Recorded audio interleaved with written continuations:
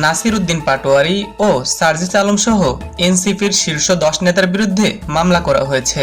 হবিগঞ্জে এনসিপির কেন্দ্রীয় মুখ্য সমন্বয়ক নাসির উদ্দিন পাটোয়ারি এবং উত্তরাঞ্চলের মুখ্য সংগঠক সার্জিস আলম সহ দলটির শীর্ষ 10 নেতার বিরুদ্ধে হত্যা চেষ্টা, মারধর, ভাঙচুর ও ছিনতাইয়ের অভিযোগে মামলা দায়ের হয়েছে। তবে একই ঘটনার জের ধরে এর আগেই বিএনপির ছাত্র দলের বিরুদ্ধে হামলার অভিযোগ তুলেছিল এনসিপিও। ফলে এক সংঘর্ষকে ঘিরে পাল্টাপাল্টি অভিযোগে নতুন করে সরগরম দেশের রাজনৈতিক অঙ্গন। বৃহস্পতিবার রাত 10টার দিকে হবিগঞ্জ সদর মডেল থানায় মামলার এজাহার দাখিল করেন জেলা ছাত্রদলের যুগ্ম সাধারণ সম্পাদক মোহাম্মদ ইকবাল হোসেন রুকন। মামলায় এনসিপির 10 নেতার নাম উল্লেখের পাশাপাশি অজ্ঞাত পরিচয় আরও 40 থেকে 50 জনের বিরুদ্ধে মামলা করা হয়েছে। মামলার এজাহার অনুযায়ী গত 28 জুলাই বিকেল 5টা থেকে রাত 8টার মধ্যে হবিগঞ্জ পৌরসভার কোট মসজিদের সামনে এনসিপি ও ছাত্রদলের নেতাকর্মীদের মধ্যে দফায় দফায় সংঘর্ষ হয়। অভিযোগে বলা হয়েছে, দেশীয় অস্ত্র নিয়ে ছাত্রদলের নেতাকর্মীদের উপর হামলা চালান এনসিপির নেতাকর্মীরা।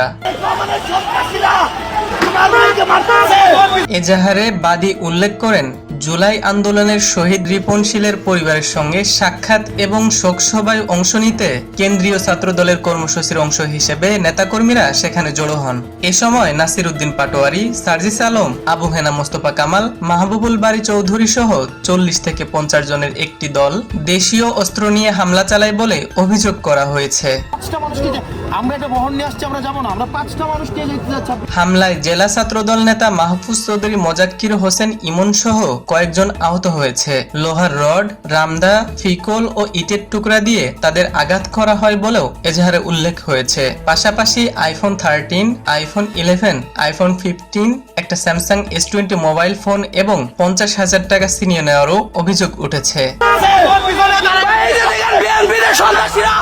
মামলার আসামি করা হয়েছে নাসির উদ্দিন পাটোয়ারি, সার্জিস আলম, নূর আলম চৌধুরী, ফখরুল জাকির, আব্দুল হাই কামাল, রুহম গাজী, মাহবুবুল বারী চৌধুরী মুবিন, নাহিদ উদ্দিন তারেক, আবু হেনা মোস্তফা কামাল ও ওয়াদুদ মাহমুদ চৌধুরীকে। অন্যদিকে একই ঘটনাকে কেন্দ্র করে এর আগেই এনসিপি দাবি করে 28 জুলাই পদযাত্রা ও পথসভা শেষে সার্কিট হাউসে ফেরার পথে ছাত্রদলের হামলায় সার্জিস আলম সহ অন্তত 15 নেতাকর্মী আহত হন।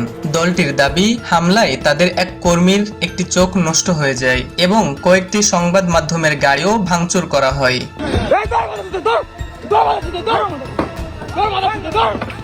হিমুর রহমান, নিউজ বাংলা .নিউজ, ঢাকা।